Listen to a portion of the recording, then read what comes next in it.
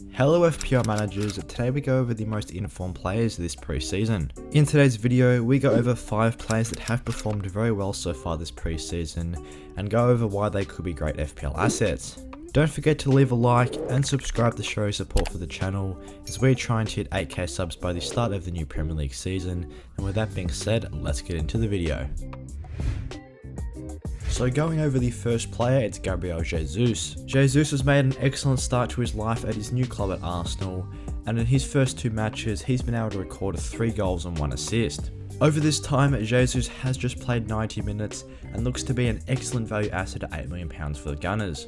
A lot of other managers do think the same, and he is currently the second highest owned player in FPL, with an even higher ownership than Mo Salah. In fact, he has nearly become the highest owned player in FPL already, with just a 2% less ownership than Erling Haaland, who is currently the most owned player. So as far as forward options go, I do think Jesus is the best value for his price, and since Arsenal face Palace, Leicester, Bournemouth, Fulham and Villa as their first 5 opponents, I do expect him to make an excellent start to the new campaign. A couple of things to note: across his first 2 pre-season matches, in their 5-3 win over Nuremberg and 2-0 win over Everton, Jesus has been applying a very high press and obtaining a fairly central position whilst also creating chances for his teammates, so with an involvements per 90 of 4.0 in across the first 2 games, he looks to be an excellent value option and one that should make a great start.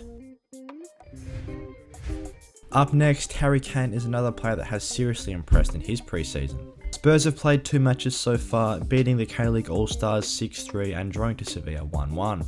Over this time, like Jesus, Kane has also got himself 3 goals and 1 assist, and has looked incredibly threatening. He is currently coming in at £11.5 million in FPL, and is probably being slightly overlooked in the forward line, as his partner at the same price, Erling Haaland, has nearly a 50% ownership more. Kane's ownership right now just sits at 19.1%, so I do think he could be a nice little differential in the forward line compared to Erling Haaland, especially considering Tottenham's good fixtures. His fixtures are similar to Haaland in the sense that 4 out of his first 5 are fairly strong, as he faces Southampton, Chelsea, Wolves, Forest and West Ham. A couple of things to note with Harry Kane is that he's been very clinical across pre-season, and he actually also scored an offside goal against Sevilla as well, so definitely getting plenty of chances, and has been creating a couple of chances for his teammates there, so I do think as far as premium forwards go, Kane is one of the best options. Also, his involvements per 90 are very good, as he's only played around 110 minutes so far this pre-season, but has been incredibly efficient, getting 3 goals and 1 assist in that time. Moving on, HeungMin Son is another one for Spurs that has impressed, as he's been amongst the goals and assists alongside his partner in Harry Kane. Son obviously is £500,000 more expensive than Kane, but he is a midfielder getting those extra points. He also is the 3rd highest owned midfielder at the moment with a 26.7% ownership. He is currently the 3rd highest owned premium in FPL, only behind Salah and Haaland, and I do think he could prove to be a good option with 2 goals and 1 assist in his first couple of games.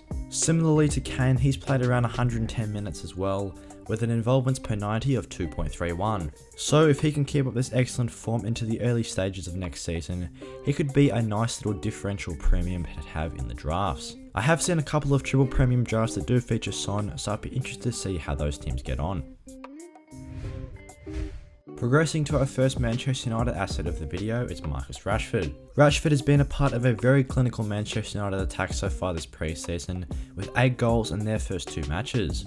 At £6.5 million, he has seen a dramatic price decrease this season, and potentially getting starting minutes for Manchester United makes him an excellent asset. He is currently a differential with just a 10.9% ownership, and after recording 1 goal and 1 assist in just 90 minutes of football this pre-season, he looks to be very nice.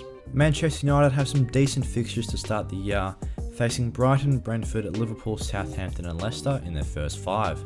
So probably apart from Liverpool, the 4 out of the first 5 games look fairly promising, and he could prove to be decent value in that midfield at just 6.5, considering his good form.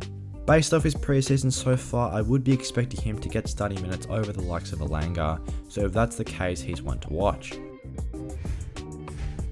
And now finishing off with the 5th and final player, it's Bruno Mars. In Bruno Mars' first 2 matches, he beat Munich 3-0 in his first game and then lost to Mainz 1-0.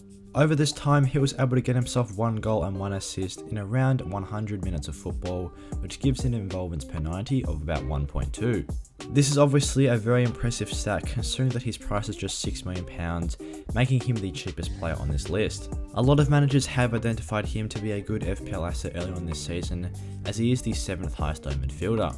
He did impress last year, as in just 1,000 minutes he was able to get himself 5 goals and 1 assist, and has the good early fixtures to impress. Facing Forest, Brighton, Wolves and Palace as 4 out of his first 6 opponents, he is one that could make a fast start for Newcastle, as he looks to be settling in very well. Thanks for watching today's video. If you guys want to become a channel member, then click the join button down below and get featured on the members board at the end of the videos, just like Philip Ash here. Also, don't forget to leave a like and subscribe to show support for the channel and click the notification bell. And with that being said, I'll see you guys in the next one.